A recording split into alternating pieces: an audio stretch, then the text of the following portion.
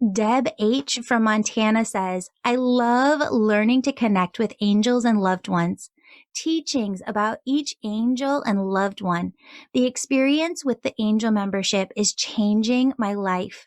I'm learning to connect with God and my angels. I've always been a healer, but now I know I have help.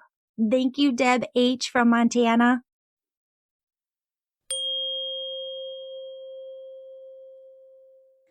Hello, beautiful souls. Welcome back to the Angels and Awakening podcast. I'm your host and author, Julie Jancius.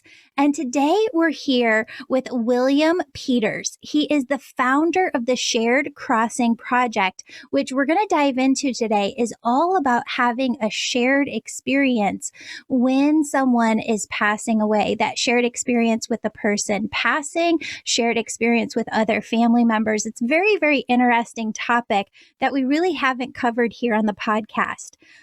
So he's the founder of the Shared Crossing Project, whose mission is to positively transform relationships to death and dying through education and raising awareness about shared crossing and their healing benefits.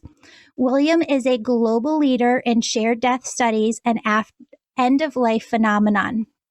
He assists people who have spiritual experiences related to end of life and after-death communication. He's also the author of the best-selling book, At Heaven's Door, What Shared Journeys to the Afterlife Teach Us About Dying Well and Living Better. Wow, William, thank you so much for sharing your time with us and being here on the show today. Thank you, Julie. Pleasure to be here. Oh, okay. I'm so excited to dive in. And I want to start at the beginning so people get a really clear understanding of what's going on here. So you were a hospice worker. You noticed that some people have these shared experiences, which I want you to describe what that actually is for folks. And how did this journey come about for you? Yeah, so first off, I'll describe or define a shared death experience, and then I'll share with your audience how I got into it. So a shared death experience occurs when somebody is dying and a caregiver, loved one, some cases a healthcare worker, even a bystander, will report that they feel like they entered into or accompanied the dying into the initial stages of the afterlife. And this can be experienced through sensing, through seeing, through observing the dying moving along in this beautiful afterlife. The phenomena are remarkably similar, if not identical, to the near-death experience. So it suggests that the phenomena that come just after this human life for us as surviving, transitioning souls is the same landscape, because the NDE people and the shared death experiencers report the exact same phenomena. So the most dominant phenomena is a beautiful galaxy. You see deceased loved ones, elevated spirit beings, a beautiful light.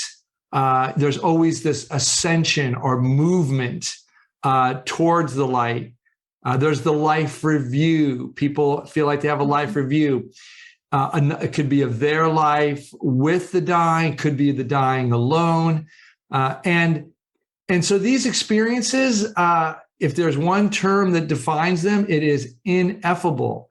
The experiencers do not have the words to describe the awe, the majesty, the sublime feelings of love and belonging. And also, the shared death experiencers, like the near-death experiencers, report a sense of knowing everything. Like there's a sense of understanding for why life is the way it is. What's the meaning and purpose of a human life? And where do you go from here? And all these questions we have about this mysterious human existence seem to get answered with a sense of profound knowing.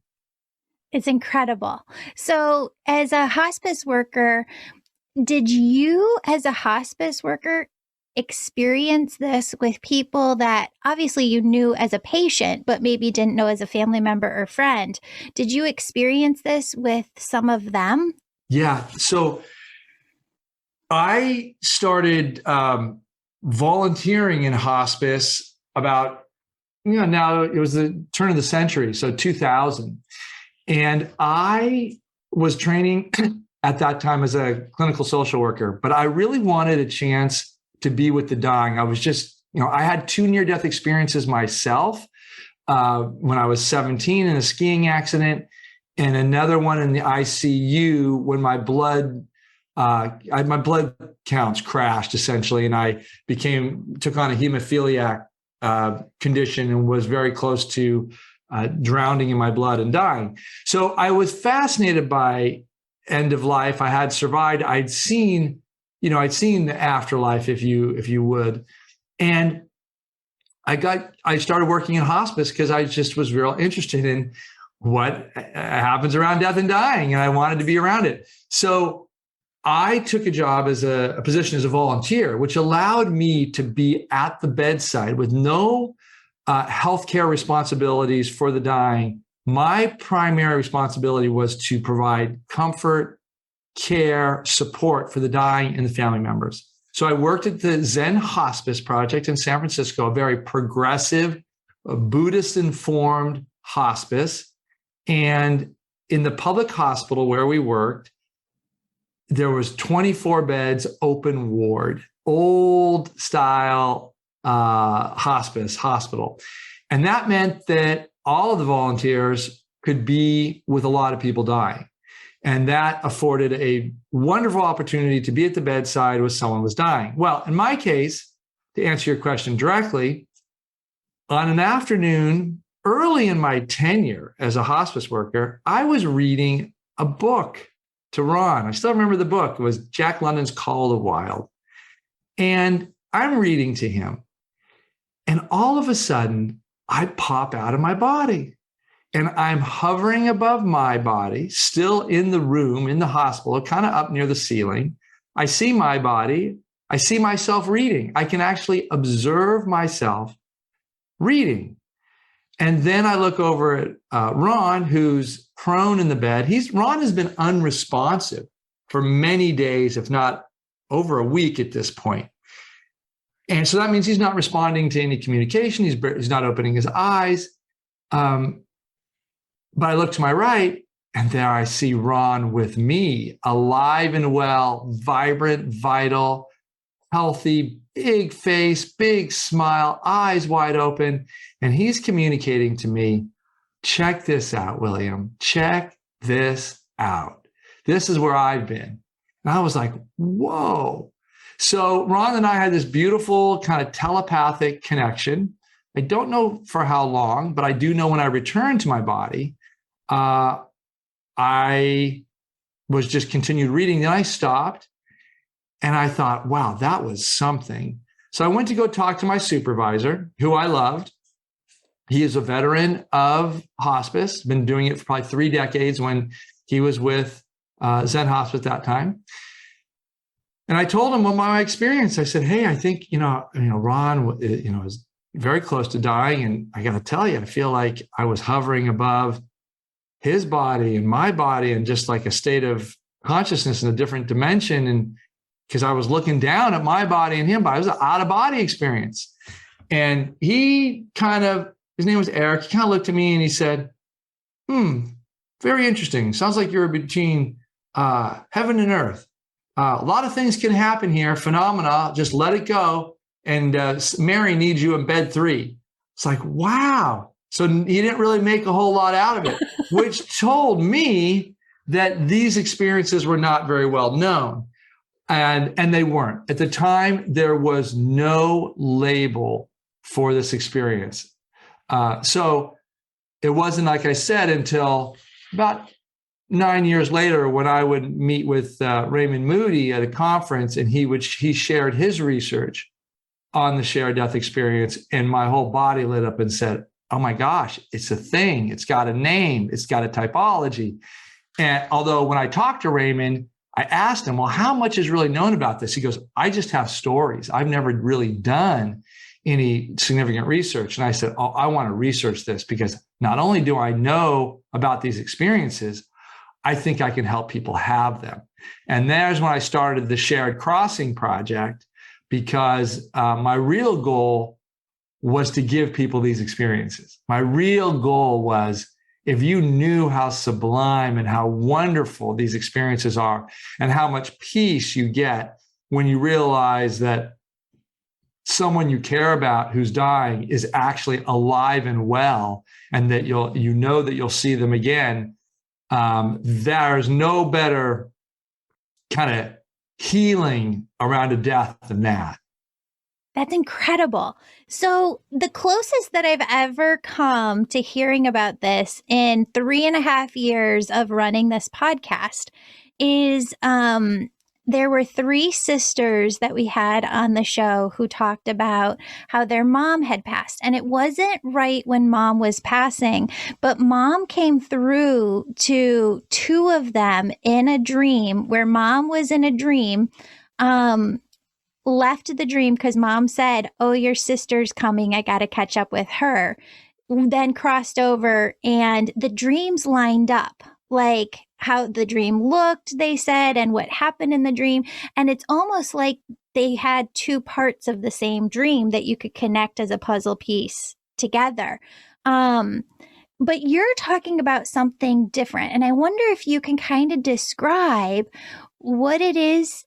What's a typical shared crossing experience? Yeah, great question. By the way, the example you shared would be a shared death experience. Interesting. I would think I'd have to learn a little bit more about it, but let me give you a little bit more description about what I look for and what my team looks for when we're getting the now hundreds of cases that we receive. And if your listeners have had the shared death experience, we want to encourage them to send their accounts to us at sharedcrossing.com. You go to the contact page and there's a place where you can share it with us. But let me tell you a little bit more. So there are a couple really important features. One is journey. There's a motif of journey. So if someone just appears to you, let's just say a loved one's died, and you're, going to bed, and all of a sudden you sense something in the room, and then you look at the foot of your bed and you see your newly deceased friend there. You're like, whoa, you're here.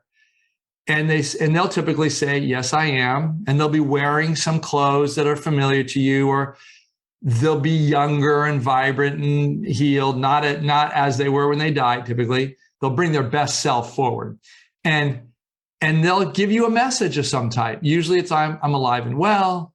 Thank you. I'll see you again. Or hey, by the way, you might want to do this, or I would be concerned about that. Or if you're looking for the will, it's in the 3rd drawer. They give some type of information. Well, we call these post-death visions or visitations. They have a specific purpose, but what it differentiates it from a shared death experience is almost all shared death experiences have a sense of journey in it, a sense that the dying is progressing and moving along towards a destination, which is typically the light. So there's one key feature there, identifying feature. The other thing we see about them is that there's this sense of profound love in them. There's just like the experiencer feels intense feelings of love and connection and belonging. And the other piece, which I've already mentioned, is that they have an understanding for everything. The bond is very important between the dying and the experiencer. Typically, there's some sort of deep connection. Now, you may ask, well, William, then why did you have that experience with Ron, who you were working with for a few weeks? Well, the reason why is because Ron didn't have that many loved ones around, And I was the person who was really tending to him quite directly. And with death approaching, he was quite understandably scared. And so we bonded quite deeply in those final days and weeks of his life. So I was that person for him. So the bond is quite important. And then the other ways you tell, as I've already said, is the near-death experience features are identical. So that's how you tell. Now, I can give you an example of one. I've already shared one that I had with Ron, but let me give you one that's got a little more texture in it. So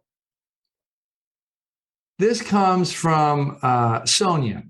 So Sonia, and she's fine with me sharing. By the way, Sonia's story is in my book, At Heaven's Door, if you want to read more about her and her experience. So she had a couple of shared death experiences, but the one I'm going to share occurs when she is living in Massachusetts.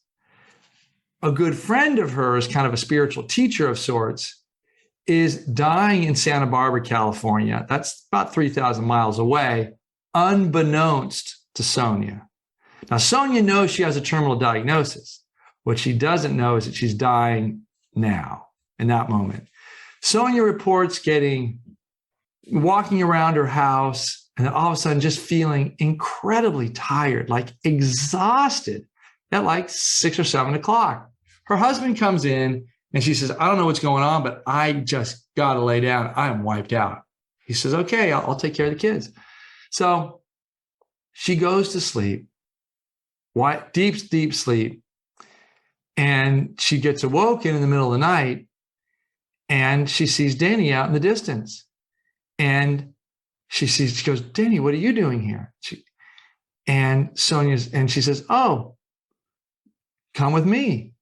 And Sonia says, really? And Sonia doesn't really know what's going on, but she knows that she's there to help Denny. So she starts helping Denny. They get in a boat. They go across a river. They cross over a kind of a desert. They start climbing a ladder. They start moving, and Denny is older and tired, but Sonia's helping her. And they're ascending, and they're seeing a beautiful, just solar system that's alive and pulsing with life and beauty and nature. And this goes on for some time. And then eventually they get up to this room. And Denny crawls up in this room, if you will, takes a seat and takes a big sigh and says, I've made it. I made it. And Sonia says, oh, wow, there's a party for you here. They're getting ready. And as she listens, she goes, oh, Denny, she's arrived. The dancers aren't quite ready yet. We need to get everything going. And they're scurrying about to basically get this welcoming party ready for Denny. Now, a side point on this is that Denny actually used physician aid in dying, medical aid in dying. So she basically chose to end her life earlier than she would have if she went to natural means, because she had a horrible cancer diagnosis that was causing her a good deal of pain. So it's curious, from a research standpoint, that she seems to arrive a little bit early in the spirit realm, but yet they're rallying and they're ready. And she's hearing, Sonia, the experiencer, is hearing all sorts of commentary about Denny and about how much they love her and how they're going to get ready and have the best party for her. And Sonia, who does not know Denny's relatives that well, is getting that this is a big party and Denny is the guest of honor. I want to give a big thank you to Jenna Kutcher for recommending me as the top intuition and manifestation coach. Because of her, I'm featured in this month's issue of Goss magazine. If you'd like to work with me, join my Angel membership. A whole new year of content and live events begins January 1st. The biggest impact I've seen is the angel membership has helped countless people move from feeling stuck, grief-stricken, frustrated, anxious, lonely, or depressed to feeling constant support, joy, love, bliss, ease, and peace because it's like they learn the angelic secrets to living life. I've watched so many souls take the tools in the membership and manifest the perfect relationship, the job they desire, or that special something that's been calling to them within their heart. So if your angels have been calling you to join the angel membership, that is a message. They're saying to you, hey, we know where you're going and we're trying to help you get there, but you need these tools in the angel membership to do so. If you need a scholarship, friends, a link is in the show notes below. If you want more info and a special promotion, use the link in the show notes to register for a discovery call this week. Don't miss the most transformative year of your life. Angel members, we start a whole new year together as a community on January 1st. Register today at theangelmedium.com. And so at some point soon, Sonia realizes, uh-oh, I can't stay any longer. If I stay any longer, I'll be caught in the afterlife. And so she says to Denny, I love you. And she even experiences a bit of jealousy because these people get to hang out with Denny, but she doesn't. She has to return. And she returns to her earthly existence. She wakes up right away and she goes, oh my God, Denny died. Her husband goes, what's the matter? She's sweating. She's anxious. She goes, Denny died. Denny died. And she goes, whoa, why? How do you know? She goes, I was just with her. She just died.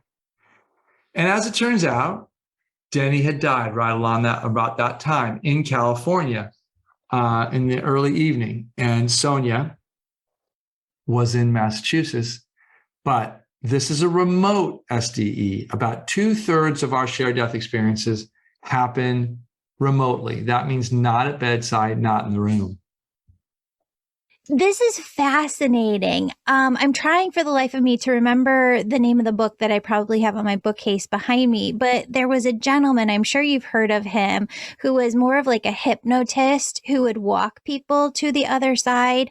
And he had thousands upon thousands of accounts when he walked people to the other side. I can't remember what his name is or the book is. They're so much the same, though. They were all similar. So when you have been collecting these stories and talking to people about shared crossing experiences, do you find the same thing, like that there's parallels, there's similarities, that there really isn't people deviating far from the norm? There's a process to this as we cross over to the other side, and they're talking about the same process. Yeah. So what I call that is the pattern. There are a series of very clear patterns. And that's basically what our research has picked up. And so some of the patterns I can give to you is through the research.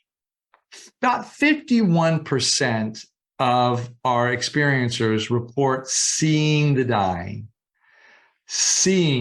like not sensing, not feeling, actually with their eyes, seeing the dying, and they see the dying in the afterlife. Or what we presume afterlife being that state that's outside of the human body and in another dimension, which is euphemistically called the afterlife.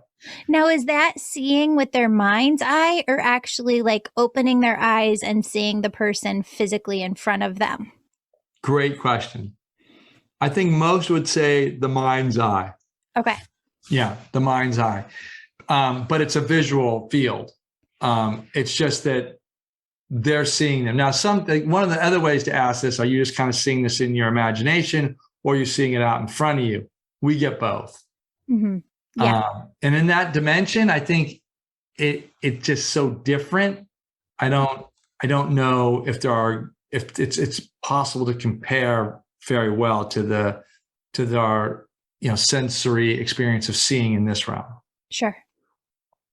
But they do define the people often as younger, life size, and they recognize them clearly.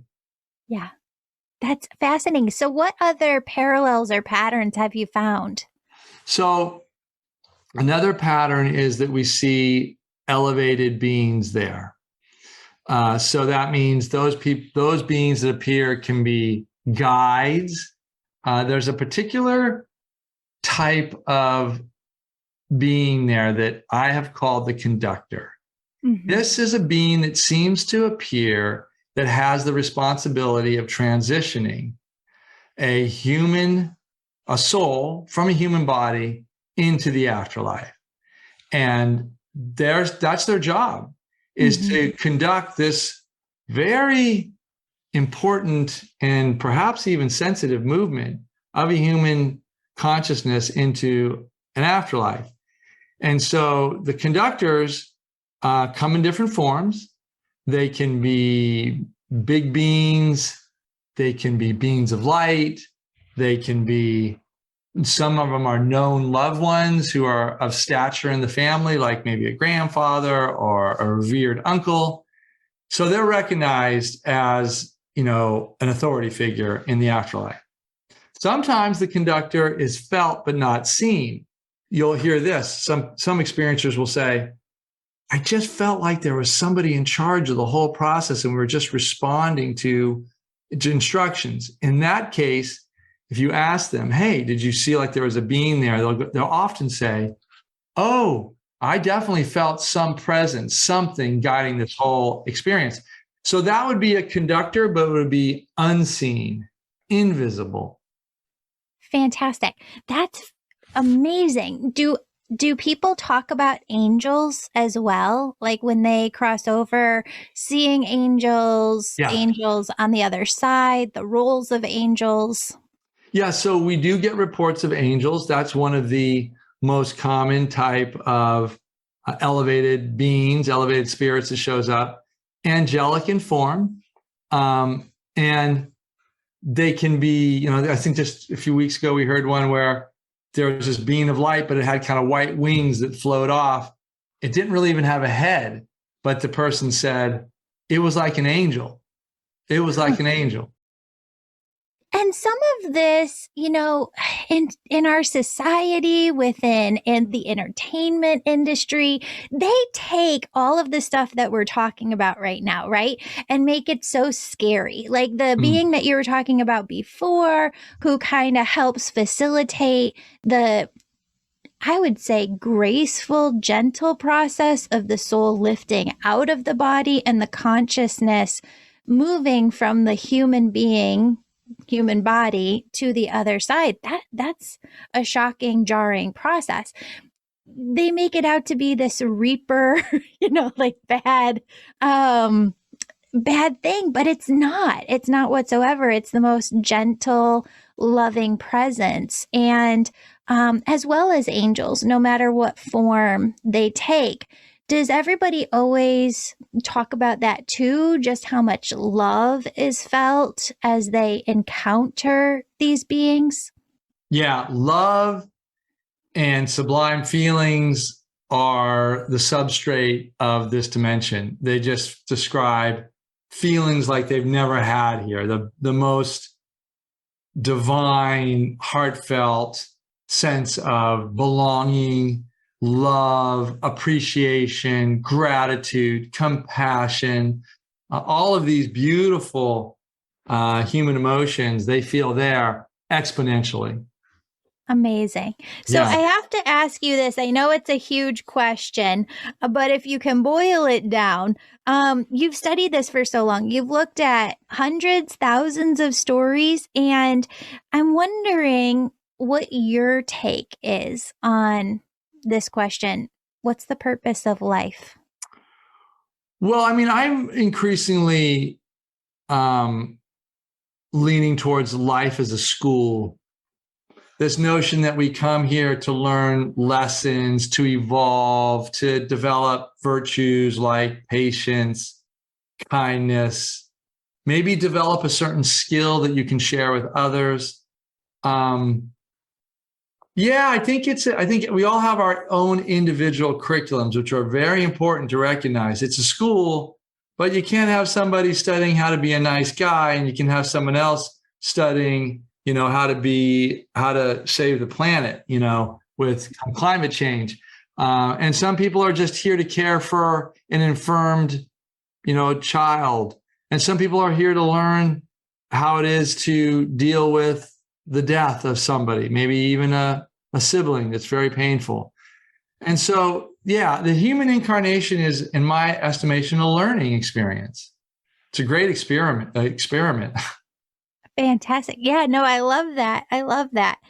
Talk to me more about the karmic life review, because this is something that comes up so often in sessions and can be very, very emotional for a healer to bring through messages that came through in a person's karmic life review.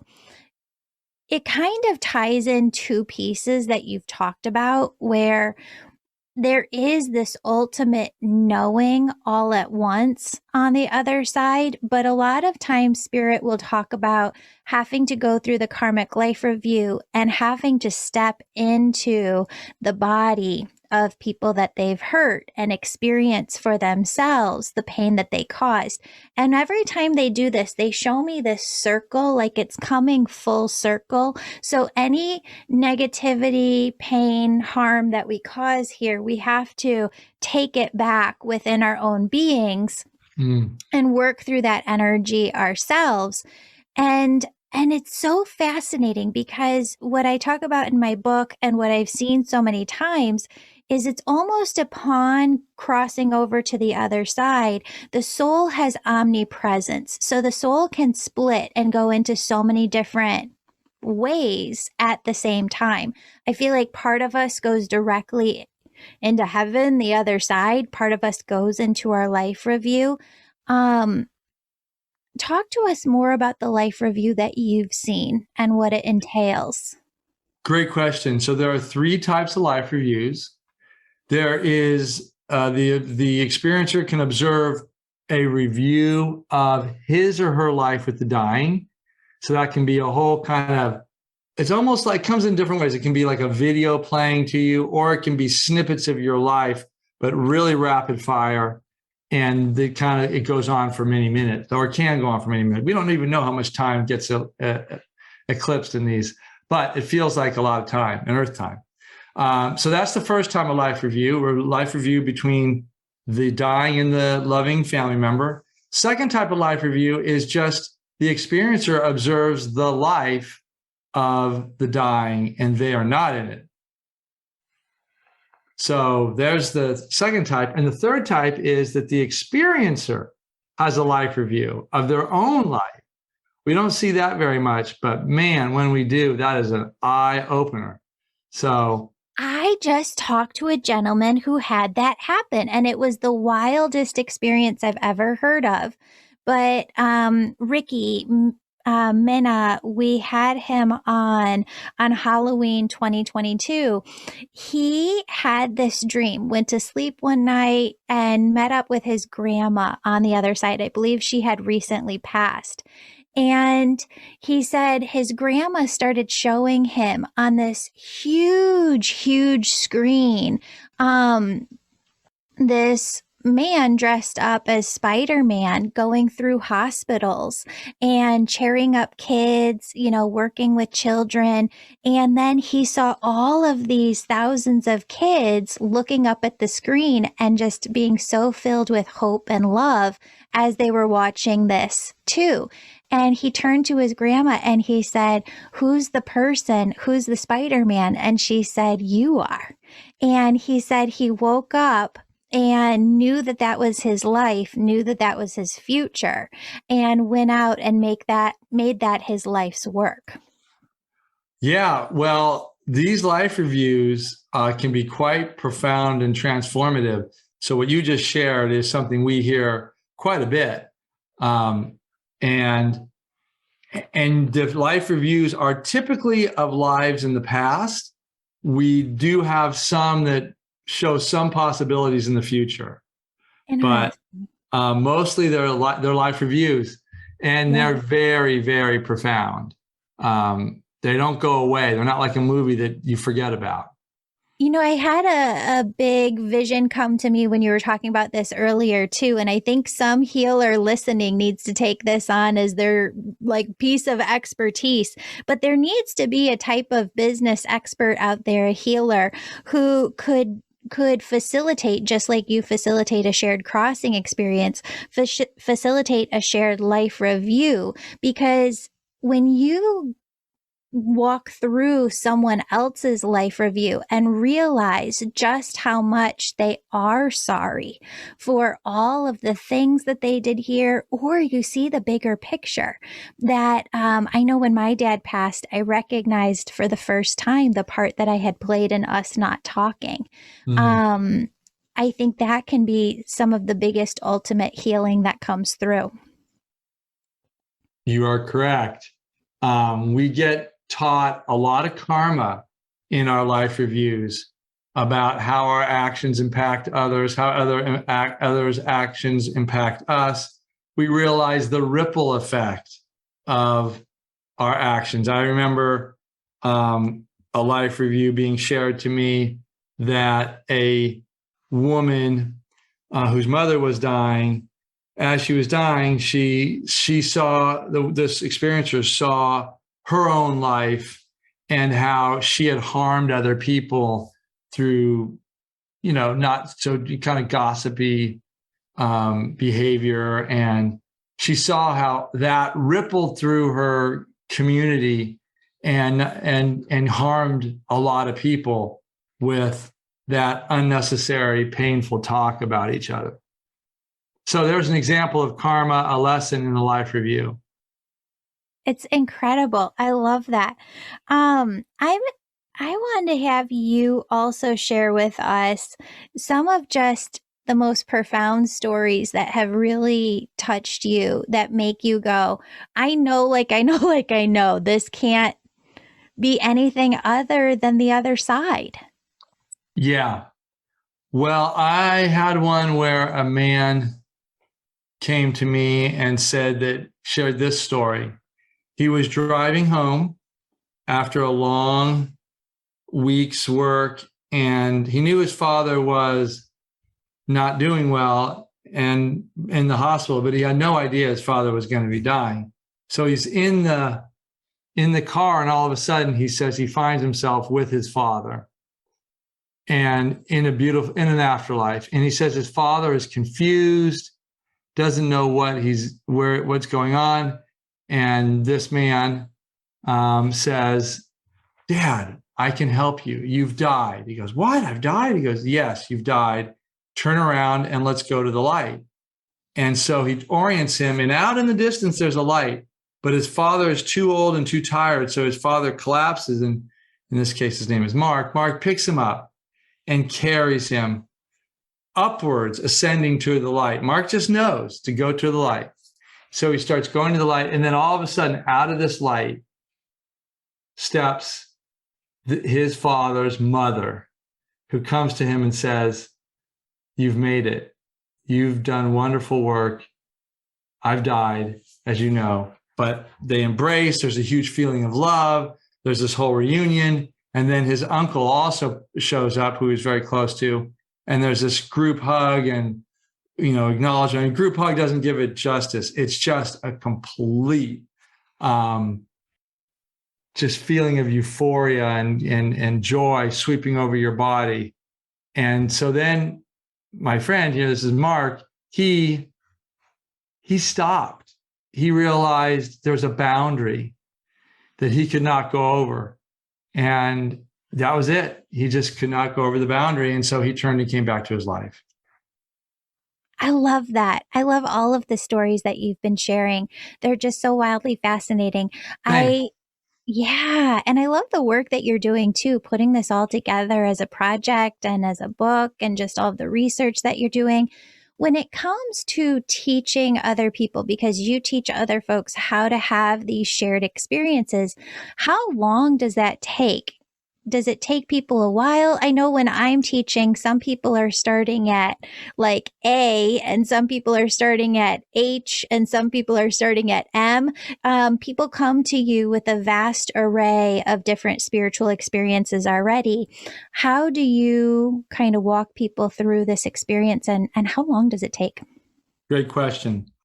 So there's a lot of different ways to do it. If I'm working individually with a person, a couple, or a family, that's typically more expeditious. But yeah, I can do, a person dying and their loved one. I can work with them, and probably in a few hours, maybe over a couple, 3 sessions, we can really get them ready to go. It totally depends. If people have a good relationship, it's easy to work on. But usually there's 3 parts of the shared crossing pathway training. 1, teach people, or at least raise their awareness, that these end-of-life experiences happen, that these profound end-of-life experiences are available to all of us. We just need to be receptive and clear and loving, and not everyone has them, but enough of the people do have them. So there's that. That's part 1. Part 2 is these beautiful trainings, these exercises where you can deal with your regrets, have compassion for yourself, have a sense of gratitude for the life you're living. You work through all of this, all of your life, and you do your own life review, actually, and see where you've harmed yourself and harmed others, and work to a state of forgiveness. And in forgiveness, that opens to appreciation for the gift of life. And then we go into the next step of really choreographing your death. And that's a big part of what we do, which is why the program is, so sought after and so unique, is that we choreograph people's death. Now, people don't know how they're going to die, but you can certainly choreograph your mind state to it. So, really? And so the first thing we do is we have, everyone in the room state to their partner and take some time and say, I know I'm going to die. I acknowledge I'm going to die. And I thank you for the time that we've had together. I love you. And now I'm going. So you practice dying before you actually die. And that's really important. It's a type of simulation that really frees up your heart, mind, and soul to start traveling right then. It's interesting how profound it is. And then the last thing we do is we teach these protocols that enable the dying to stay in contact with the surviving loved ones so that they can bring them into the afterlife with them. And that's the most important piece right there, I think, is that if you can bring a loved one into the afterlife, or if you're a loved one and you can see your departed loved one in the afterlife and you see that they're well and good, then you've got total relief. And that's what we see in the research. Our shared death experiencers have such a better time with grief and bereavement. They just don't have the same level of loss. Mm-hmm. I just had on recently author Stephen Taylor, who is world-renowned expert in spiritual awakening.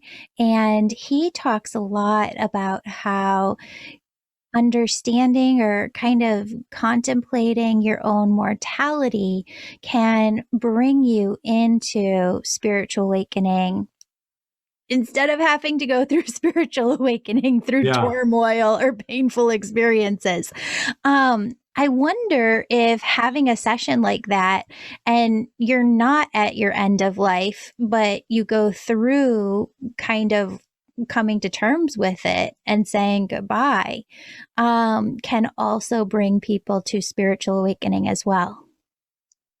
I think you're absolutely right. Yeah, I mean, Scott Taylor, who's a colleague and friend, he runs a wonderful program.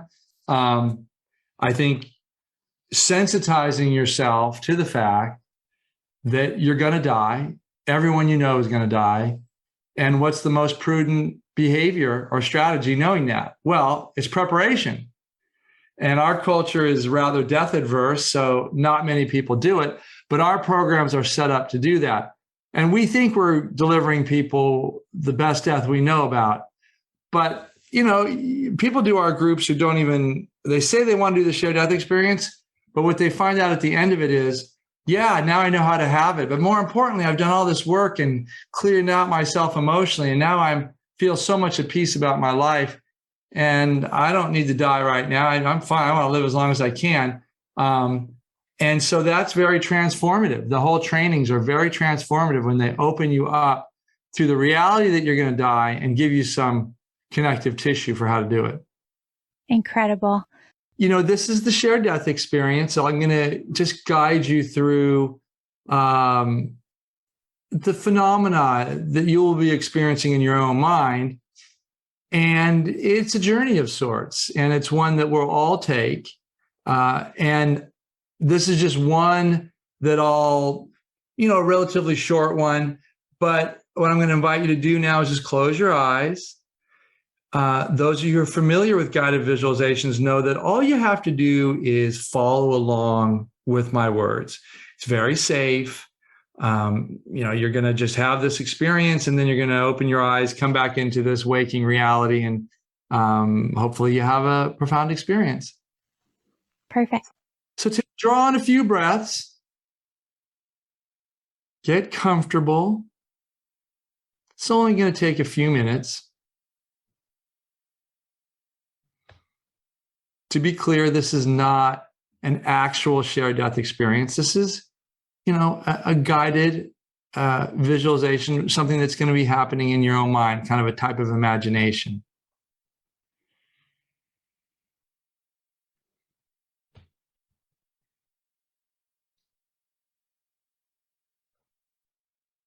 So I want you to take a moment to think of somebody who has died in your life, not so much recently, but maybe more in the past, and someone who you were kind of close to. So obviously a parent would be good. Some elder, someone who hopefully died within the natural course of life. It's easier when you don't have a large, either traumatic or large grief response to the person at this point in time. Doesn't mean you don't have feelings for them. Just we don't want something acute that could get triggered in the exercise. So make that selection now. Someone who's already died. The way in which they died is totally unimportant because we're going to be reimagining it anyway.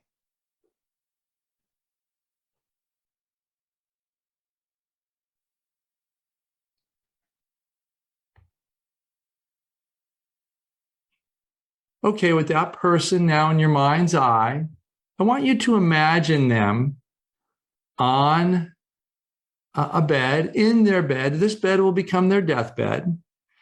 And you're alongside them. And you're just, that their end is very close. And you're holding their hand. They're very tired, is the dying, and their eyes are shut. And you realize that they could be dying at any moment. And then all of a sudden, you feel a whisk of energy move through you that's kind of like a bolt of energy. And you realize that you're now somehow in another time and space. You're not in the room anymore. You're in this beautiful kind of galaxy that's hyper alive. It's a beautiful natural landscape. And as you look to your left, you realize, hey, wait a minute. There's my friend who was dying, but now I see that they're alive and well, and they look healthy, and they're moving forward, and I'm just going along with them.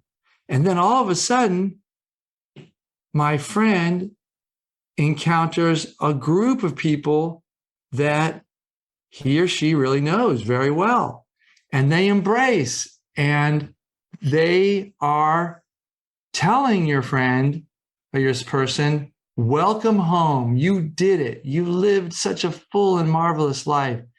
And now all that's behind you. Welcome home. And your friend or whoever your significant other is here who's died is ecstatic. they're feeling love and belonging and peace and joy. And they start moving along, and you see in the distance a beautiful pinprick of light that's radiating outwards. And you notice that these people are moving towards that light. It's your significant other who's just died is moving in that direction. And this group of spirit beings, these kind of deceased relatives, are moving. And at the same time, you realize there's also this larger spirit being that seems to be hovering above, kind of visible, kind of not, but seems to be managing all this, seems to be, in a certain sense, in charge, providing enough, guidance and support for the person dying, your significant other, to make this big transition towards the light. And so you are now observing, you're feeling the love, you're feeling the awe, you can't believe this is happening, your heart is opening, you're getting information about the meaning and purpose of life, everything makes sense now, you understand your human incarnation, you understand that this is where you'll go to. And then in a moment, even though you're moving forward with your departing significant other, you realize, oh my gosh, I can't go any further. And so you realize that you've come as far as you can. And your significant loved one looks back at you and says, thank you. You give an energetic embrace, a smile. Your loved one is moving towards that light, which is now bigger, up in the sky, if you will. And then poof, in a moment, you are back in the room, sitting at the bedside. The body of your significant other, your loved one, is there in the bed, but it is now lifeless. And you ask yourself, wow, did I just go to the afterlife with my loved one who's now dead? And so just take this in, and just sit with it. What do you make of this type of experience? Is this possible? Have you had one? If you've had one, let us know as we are collecting and documenting these lovely shared death experiences. So that's it. That's beautiful. And I think what's incredible about it too is it's a way for, my dad passed from a heart attack. He was hiking in Colorado, and it wasn't like we could get to him in time. And we didn't even know. There are a lot of people who can't be there. And I think that this was just such an emotional experience to go through for myself, because I wasn't there at that time, and walking through that by his side was just so beautiful to get to connect with him and his soul as he moved over. Very beautiful for other people to get to do that as well. Beautiful. Yeah. Thanks for sharing that with your father. I mean, that is a really touching experience, as you know. It's just so empowering. And even though I'm sure you heartbroken, or, I mean, I don't know your relationship with your father, but, if you had a loving relationship, and even if not, you know that he's in a good place, and that allows you to feel really confident that, that he's alive and well in heaven, if you will. So I love it. William, thank you so much for being here. Let people know where they can find your Shared Crossing project, if they have stories that they want to share with you, and where they can find your book as well. Thank you. So sharedcrossing.com is where you can get information about the Shared Crossing project. And then my book, At Heaven's Door, is available really wherever books are sold. And I want to encourage you to consider seeing more of these cases. The story library at our website has some more of these stories. But really, the book has 28 of the best stories that I've culled in my now almost 10 years of doing research. So I think your viewers would find that. And then really, talk about these. And if you can if you've had a story, come to our website, go to the contact page, contact us, and submit your story there. Yeah, that's a great way to do it. I love it. William, thank you so much for the work that you're doing in the world. Thanks, Julie. I so appreciate you taking the time to have me as a guest today. Beautiful soul, thank you so much for joining me today. My name's Julie. You know I'm all about connecting you with messages from your angels and loved ones on the other side. If you've been listening today and you're super excited and just have to know which angels are around you right now, who's connecting with you, and what messages they have for you, go to theangelmedium.com. Register for a session. You can do a reading with me or a member of my team, and we can help you in making sure that your angels are doing the very best they can to support you and guide you to your best life. If this sounds like you, virtual sessions, they're only offered on my website. Sign up today. And if you're the person who's really excited, you can sign up for my Angel Reiki School to become a certified angel messenger. That's for the healers among us who feel called to grow their intuition to the max and serve humanity with their gifts. You'll learn Reiki, mediumship, how to deliver angel messages, and how to get clients. That's the Angel Reiki School at theangelmedium.com, or DM me on Instagram at Angel Podcast with any questions. Before you go, connect with your angels by placing your hands on your heart. Take a deep breath. Imagine a doorway filled with God's unconditional love is right in front of you. Step into that love and feel it as it fills your body, chakras, and auric field. Now ask your angels, what would you have me know today? And open yourself to the positive, loving messages they have just for you.